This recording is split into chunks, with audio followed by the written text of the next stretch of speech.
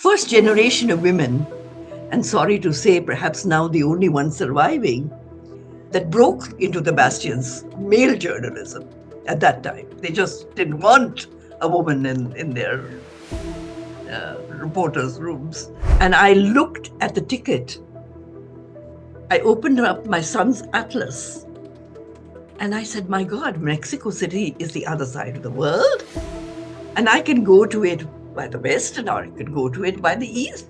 And so I said, my God, the story for a journalist is to be in Vietnam now. And I went to the foreign secretary. How can you want to go there? And I said, well, Mr. Vishnu Trivedi, but that was his name. Mr. Trivedi, I haven't come for a lecture. I just came to ask you to help. And he said, okay, if that's what you want, I will send a letter to them.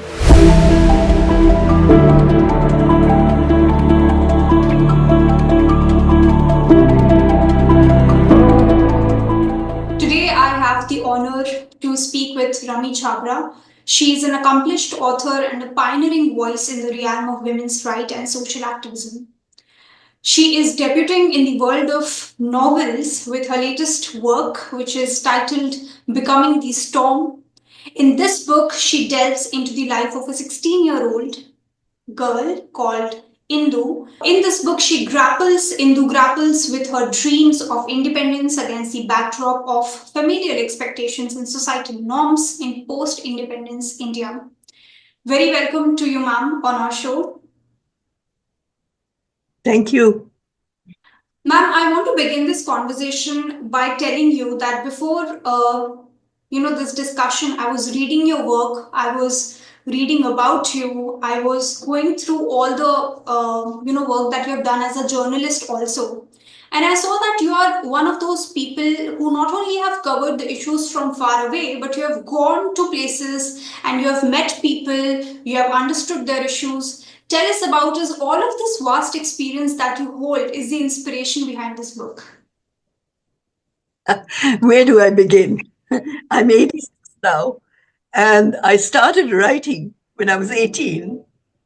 And so it's been a lifetime of writing, meeting people, which is why I thought that I would write this book, which I wrote during the COVID period when I finally had the time and the tranquility to just sit with, no going out, nobody bothering you to say, come here, come there.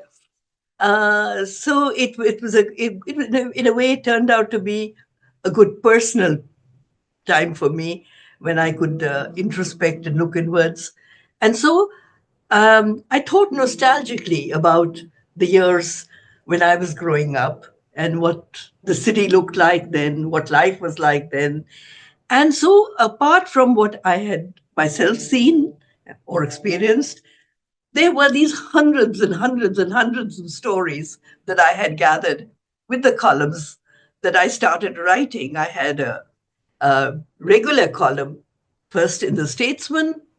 I edited the Hindustan Times women's page at the age of 22 to begin with. And then I moved on to writing a column of my own in the Statesman, which was then one of the most prestigious papers in the country. And I ran that column for a decade and a half and gave it up when I had moved on to many other things that then did not allow me to spend the time ferreting out the information that I needed to do that column. So this book is the essence of a lot that people have shared with me. And so while it is one story, it is really the story of many, many, many. We say that this is a work of fiction, but the story of Indu must resonate with a lot of people that you have met and you have heard stories of. If for our viewers, you can tell a little bit about the character of Indu. Okay, well, I start with the book as Indu as a 16-year-old girl who's just joined college. And while she has dreams and her father has dreams for her, to go into a career, because this is already post-independent India, the mid 50s that we're talking about already. The book begins in 1955. And so, this is on the cusp of the Hindu Code Bill being brought in, and people getting progressive in their thoughts, although there is the strong stranglehold of tradition still existing. And so the father is ambitious that she should sit for the IS exam, which is what a lot of ambitious fathers wanted for their daughters at that time. The mother is equally frantic to get her married, because the mothers were always, they thought they had got married and they had had a satisfactory life being looked after. And so perhaps their agenda was to see that their daughters got fixed up and lived happily ever after, kind of thing. So here is Indu struggling to carry on with her studies while her mother is showing her boy after boy. And she finally succumbs when there is a very suitable boy that comes to her from destiny in various ways. And that's all part of the story, that how uh, karma plays its role. And so Indu succumbs and she agrees to get married, but she thinks that it's not a compromise really, because she's negotiated that she will carry on studying. But then she finds when she gets married, for one thing, it was a time when girls were still innocent, unaware of how to protect themselves. And so there's a pregnancy right there in the honeymoon. And and then there are in-laws, like in-laws were for many in those days, and which is one of the reasons why I wrote the book, for many still, for many still. And so she is oppressed and battles her way through life. But I want to say that the message that I tried to give was, I mean, as you pointed out, I have been a pioneer both in terms of becoming a journalist myself as a one of the first generation of women, and sorry to say, perhaps now the only one surviving, that broke into the bastions of male journalism at that time. They just didn't want a woman in their reporters' rooms at that stage. But also, having done that, perhaps I was one of the few women, uh, not just one of the few women, perhaps the only woman at that time, who didn't want to compete with the men to get assignments to report on crime and law and order and, all the male things that male reporters aspire to make a career for themselves. And therefore, women wanted to do the same. Because I had already got married, also alongside writing, and had seen that there were many issues that concerned women that were not getting the media exposure that they should. And I strongly felt then, I'm talking about 50 years ago, that women's issues were as important, if not more, than all the issues of politics, economics, many other things that we were writing about. So I chose to concentrate on women. And not only did I do this column for a decade and a half in the Statesman, which was called Woman About Town, but I negotiated, and that is a story in itself, because uh, I may digress for a minute, but my columns in the Statesman led to an invitation to become a UN fellow in the very first women's conference, the UN Women's Conference that was held in Mexico City in 1975, the International Women's Year, where we went and we found there were 5,000 women delegates there. And suddenly you realize that the issues that you were dealing with, because you sort of intuitively felt that these were important, were actually that important, that women from across the world, across the globe, were coming and speaking the same language, and that the United Nations was recognizing this was so. So that was one part.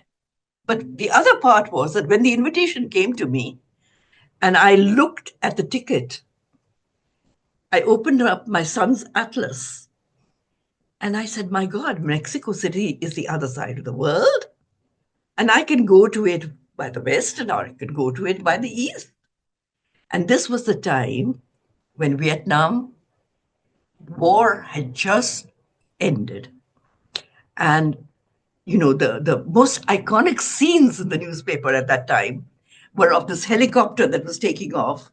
And there were people clinging to its wheels because they were so desperate to get out of Saigon, as it was known then. And there was no scope to do so. And so I said, my God, the story for a journalist is to be in Vietnam now. And I went to the foreign secretary, whom I happen to know for, through some reason. Uh, Another very interesting story that I cannot digress into, but anyway, I knew him. And I said, I would like to get a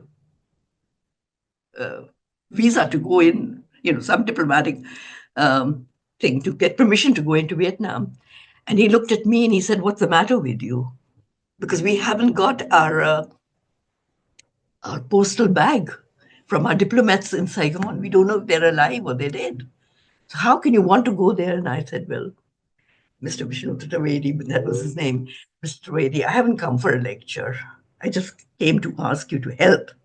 And he said, okay, if that's what you want, I will send a letter to them. And to cut a long story short, I got the permission because the Foreign Secretary of India had written to the Vietnamese who were very indebted to India for the role that India had played in supporting them through the years. And so when the Foreign Secretary wrote, they immediately said yes. And I got notice that I was being allowed into Vietnam in Mexico City itself. And I can't go into all those stories. I have another book, Breaking Ground, my memoirs, which your audience could read. And Well, it tells all, but what, I want to complete this. It tells all of how I got into Vietnam and what I did there. And it was a world scoop. But the reason I started telling you this was that I then came back, and my editor, who had always wanted me to write and always gave me a column, had given me the women's page to edit in the Hindustan Times when I was 22, and this was now 10 years later, 12 years later. Um, when he wanted me to do some stories, and I said, Mr. Malgonkar, one of the most illustrious editors the country has known, and I said, Mr. Malgonkar, I've written all this time what you wanted me to write, but now I think I proved myself. Because, for 3 weeks running, the front page of the Sunday magazine of the Indian Express at that time ran my journey through Vietnam. And it was the talk of the town. The Prime Minister, then Indira Gandhi, height of the emergency, invited me to talk with her. All kinds of things happened. And I said, I've proven myself, so I now need to write what I believe in. And he said, what is that? And I said, sir, I need an edit page column to write about the political issues that involve women. And so a feminist viewpoint was born in the Indian Express. It ran for a couple of years, and it was, at that time, one of the most prestigious columns for women, because the Indian Express was the only paper that had 12 different editions, and people across the country read it. So, my background as working for women's issues goes that far. yeah, it's so gripping to even hear about all of these experiences that you have had. I'm wondering how it was like to live them. How to live Uh, them? Well, I've had a very interesting life, yeah. and I, I thank I thank my guru above for giving me this life. Now And I also, yeah. yeah, and I want to say I've enjoyed being a woman. I've enjoyed being a woman, and I would never be anything but a woman in my next life. But I battled to fight for a recognition for women's dignity, for their empowerment, because one realized that millions of women were deprived in this country. We had supposedly, at the dawn of independence, got equality, but it was on paper, not in practice. And in fact, 1975, when I'm talking of Mexico City and the thing, was also a turning point in the women's uh, issues as such, because that was when the Towards Equality report was brought out. It was a report that was commissioned by the government for this Mexico City conference because they hoped to present a picture of a ideal India where the women were, this other nation where half man, half woman, and women were doing everything. And then this report came, which was devastating, which documented all the problems that were existing in the thing. And of course, they suppressed it. They wouldn't put it out. Um, and again, journalists like me and many others played a role in writing about the report and saying, why is it a CBI report that it can't be brought out? And we got it out. We got it discussed in Parliament. So, 75 was a turning point year, both for women in the country, in the political plane, and for me personally, because I was able to step with that into a broader role than I had had in earlier years. Ma'am, the book that you have written, Becoming the Storm, it is with the backdrop of early years of post-independence India. If you have to replace that backdrop with what is called the so-called modern society, The launch of the book, that's what I spoke, that while I wanted to record the nostalgia that one felt for what I call the innocence and idealism of that early independence years, which kind of permeated the atmosphere and gave us women, gave all of us, men and women, aspirations to do something for the nation and the broad and good dreams of what could be done and the confidence that we could do it, that kind of which is what I also have conversations of Indu talking with her friends and saying, like the poet, isn't it good to be alive at this time, to be young and to be alive, and everything is so wonderful. So I wanted to capture that, but I, with all that I had seen and heard, with the columns that I had done, and the battles that I have fought all my life for women's issues now, it could not be just a pleasant, beautiful recapturing of that old bygone era. I felt there were regressive social mores and that brings me to answering your question more pointedly, that we thought we were fighting because some of the earliest things that the women's movement took up in protesting, we formed at the Hej Varodi Chetna Manch. And we brought about the anti-dowry bill, we brought about the anti-obscenity bill, many things that we felt strongly about. But sitting back now in these COVID years, I said, but what happened? 90s, my daughter came back from the US and made a powerful documentary film. The Brides Are Not for Burning, because she got into the suffering hospital and found the wards full of women that were victims because of it. And I saw that the statistics were, in fact, not improving, but going upwards and upwards and upwards. And, dowry deaths in the last 10 years alone have been, as Brinda Karat has brought out in her book on violence against women, that more women have died from dowry deaths in the last 10 years than the number of soldiers killed in all the wars that have been fought by independent India. So you can imagine, and that's only a 10-year slice. I mean, this is horrendous because when you look at the crimes against women, domestic violence is more than a third of the thing. And if you look at the dowry deaths alongside, 11%. So I felt that what I would say about that time, putting it in that time, because it happened also in that time, but it has not improved. It's got much worse. And so the contemporary scene, if I juxtapose the contemporary scene, I would say that at least then we had the idealism backing us, the backdrop. So there's few of us. I mean, as I write in the book, nostalgically again of Indira Gandhi's marriage, where her father wore her a khadi sari in the jail, which she wore, and she put flowers in her hair. And today's generation now looks at the Ambanis and sees how the wedding spectacle, which brought the world to their door, is the aspirational model. And I say to myself, good God, but how many can be those Ambanis, and leave the Ambanis alone? I mean, I documented this at the book launch. The Economic Times has brought out these issues that the expenditure on weddings has become the second biggest industry in the country, second only to grocery and food. And that Indians are spending twice as much on weddings as they do on education from the primary to the graduation level.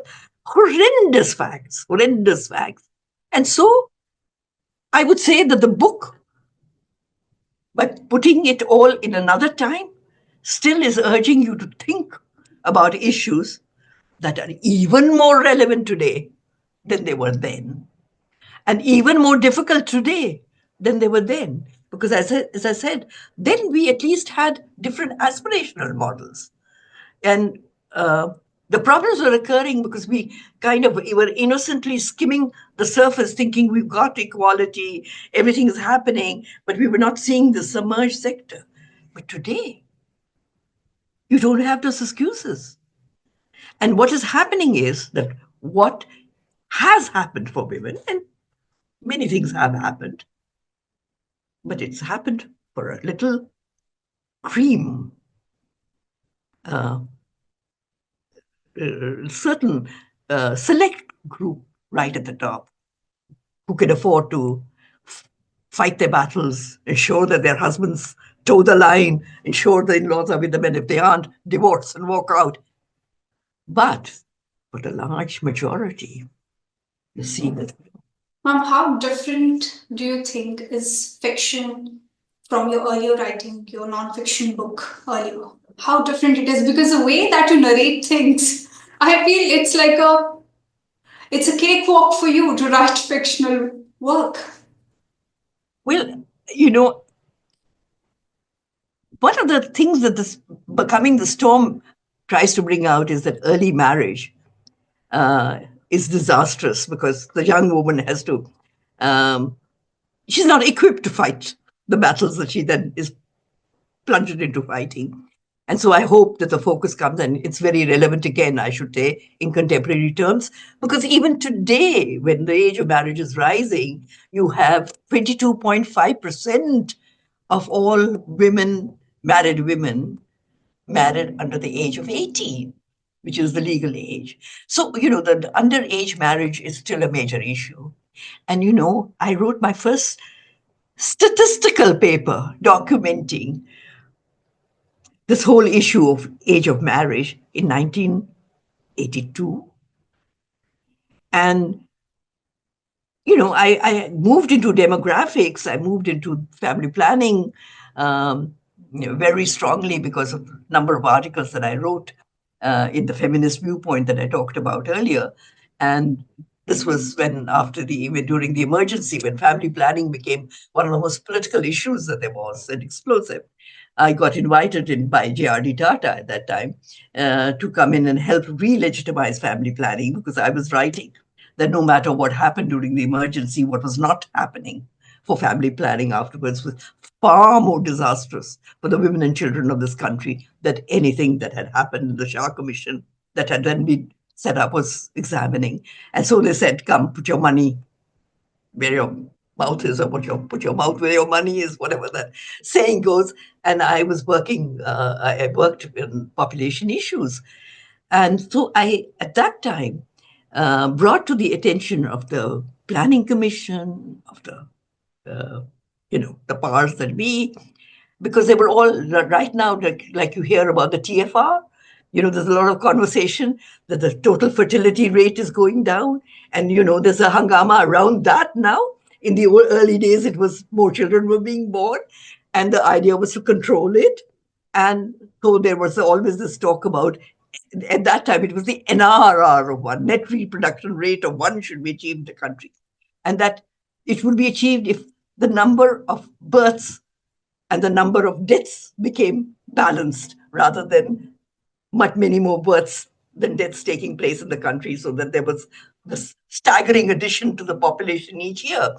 And I brought this paper to the attention of, and it's been a much again talked sociologically important talked about paper, which showed that the nuptiality factor was the ignored factor in all these calculations that they were doing. And so I said, if there was later marriage, which automatically brought, because fortunately, we were still at that point something that is loosening now and worrisome, but we were then still a country very much where births took place within marriage, not outside it. And so we said if there was later marriage, there would be fewer births. And the generation gap would be far more important than any contraceptive gap would bring about. But, while I got into the National Population Commission and I got all kinds of opportunities to speak at seminars and whatnot, there was never adequate attention to any of these matters. And so, I could go have another program altogether telling you about how one spoke about issues that mattered in population, but they fell by the wayside because the men that were there didn't recognize the importance of what this perspective, which is a women's perspective, was bringing about. So, in fact, I've retreated into fiction because I find that the fact-filled world isn't getting you anywhere. And I just hope that a fictional story is powerful enough for people to feel a universal message there, and that becoming the storm does kick up a storm. So, You have answered my question quite nicely and elaborately. And yes, I do believe that a work of fiction can resonate with more and more people out there. yeah. Any future works or any future projects that you are going to bring about? The book ends on a cliffhanger. Okay. And at the book launch, people asked me, what then? What then? And I said, maybe a sequel. That's trending these days, yeah. I don't know. But certainly, all I can say is that if there are enough readers, if is enough interest, maybe I will have found another genre of writing at this old age. Yeah, definitely. Thank you so much, Rami ma'am, for speaking with us and taking out the time. And I sure hope that we can get to chat yet another time when your next book comes out.